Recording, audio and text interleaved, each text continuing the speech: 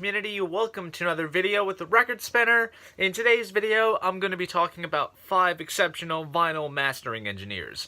Now, when it comes to vinyl, it can be easily agreed upon that it is perhaps the best format for listening to music, but when it comes down to that ideology, a big part of that plays into the mastering engineers that cut the lacquers.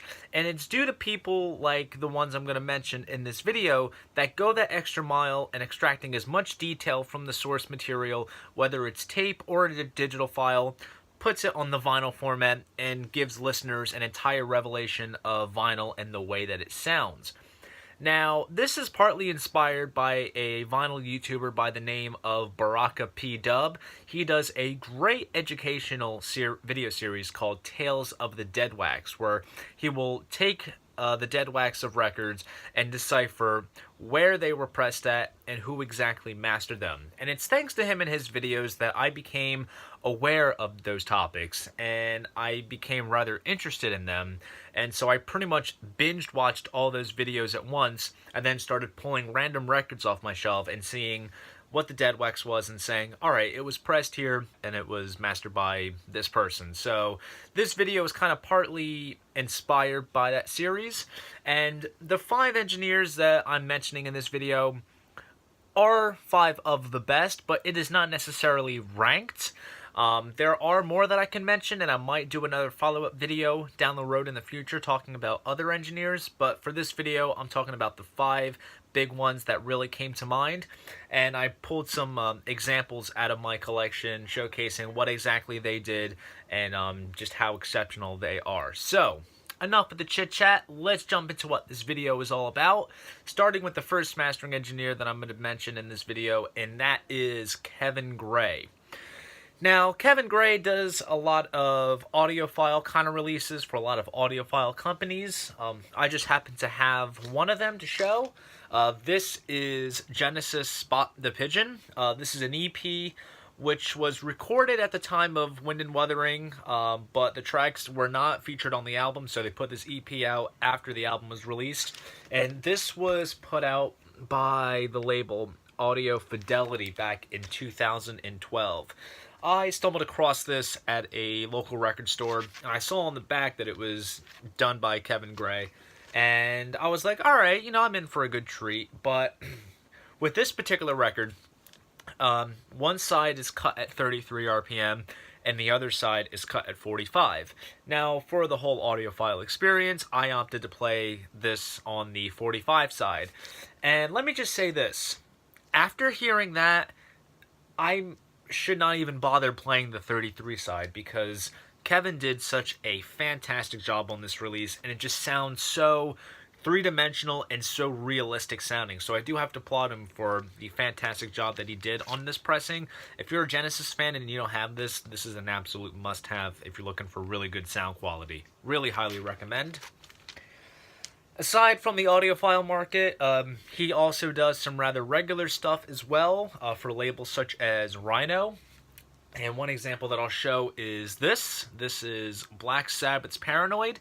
Now, Baraka P. Dub actually did a comparison video using this Rhino pressing and the newer Rhino pressing that features 2012 remastered audio.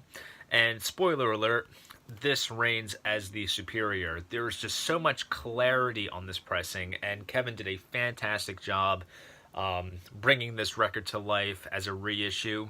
And I would say if you're looking for a great, modern reissue of this album, this one from Rhino, which came out in the mid-2000s, is indeed the one to get. Now, since I'm mentioning Kevin Gray, one guy that I should mention alongside him is Steve Hoffman. Now, Steve Hoffman has done a lot of the DCC titles, and he's also done a lot of Super Audio CD mastering, and also for companies such as Mobile Fidelity Sound Lab. And there was a period where him and Kevin Gray did mastering together for a company called Acoustic Mastering. And within that time, they actually did this album here, which is The White Stripes' Icky Thump. This is the original 2007 pressing. And once I became interested in mastering engineers and learning all about who did particular albums, when I found out that I had a record in my collection that was done partly by Steve Hoffman, I felt that my record collection was just slightly cooler because he is highly reputable and he does really, really great work from what I have heard. And this record is an absolute testament to that. So I really do recommend checking this album out.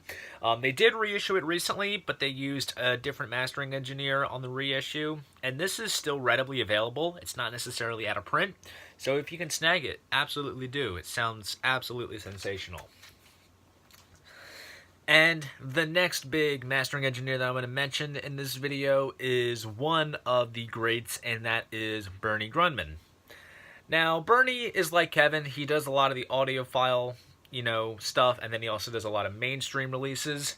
The big thing that he, has been notable for doing in recent years is the Pink Floyd catalog. And the Pink Floyd catalog was one that needed a vinyl reissue badly.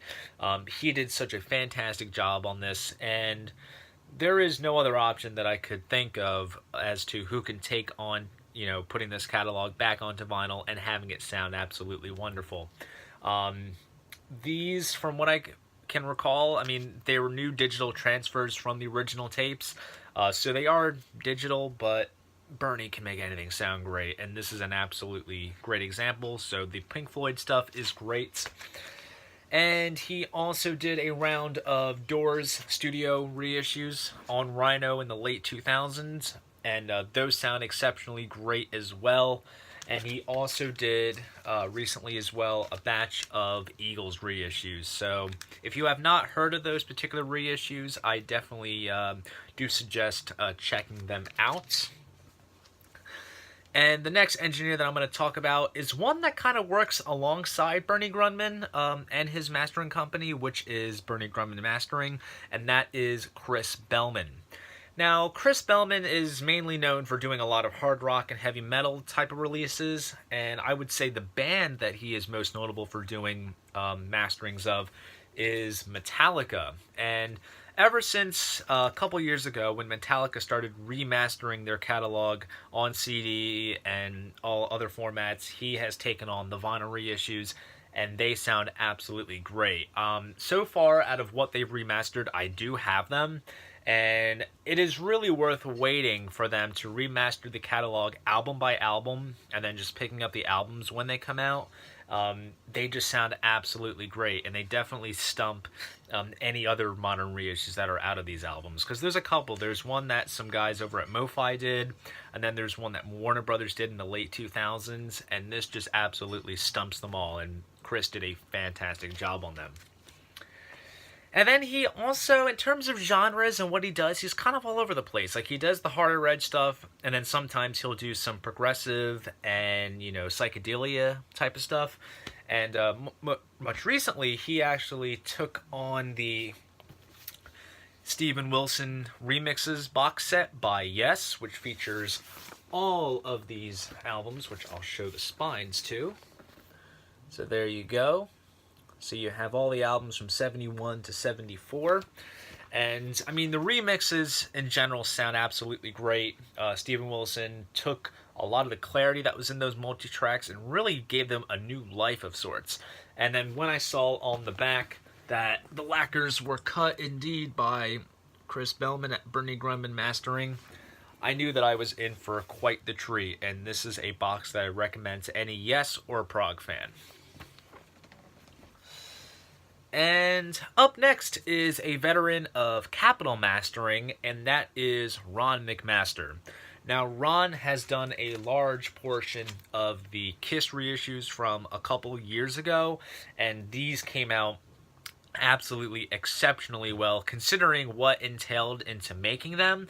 I'm not going to go too into detail on how the KISS stuff was done, because I do plan on doing a KISS reissues video down the road, but basically they transferred the original tapes using a technology method called DSD, which is used in Super Audio CDs.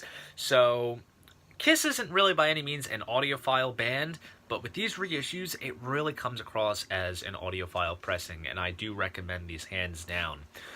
Some albums are slowly going out of print than others, so I would pick these up while you can. Ron also does a lot of mastering work for the the reissue label Friday Music. And one of the albums that I have that he has done on that label is Kansas Song for America. There is a real punchy bottom end on this album in general, and hearing Ron's work on this particular pressing is just absolutely great, and I do recommend it hands down.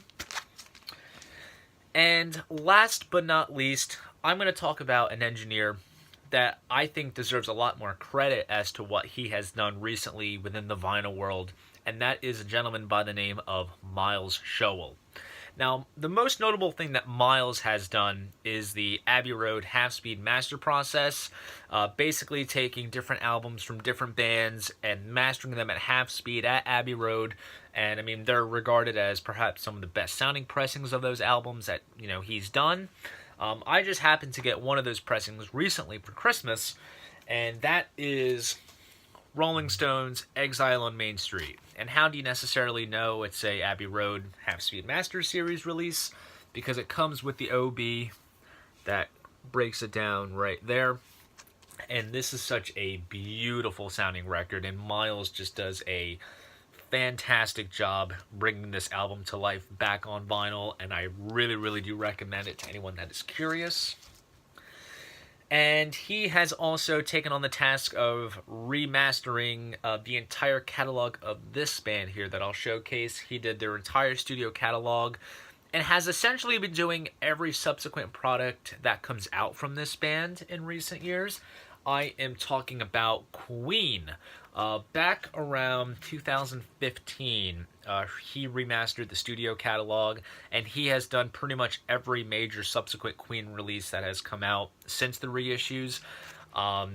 These just sound absolutely excellent. They use the 2011 remasters, which I do enjoy, and then once you kind of re-EQ it and do it at half speed, Miles does no wrong. And I gotta say, it's due to like the Stones album and the Queen stuff that he is one of my favorite younger guys in the mastering world, and he just does absolutely fantastic work.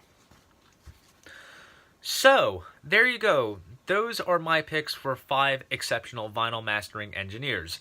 Now, if there are any pressings out there that you are probably curious on and you're not sure if they sound great, and you see that any of the names that I mentioned in this video are featured in the credits, rest assured that those particular pressings are absolutely great sounding, and you must snag them whenever you can.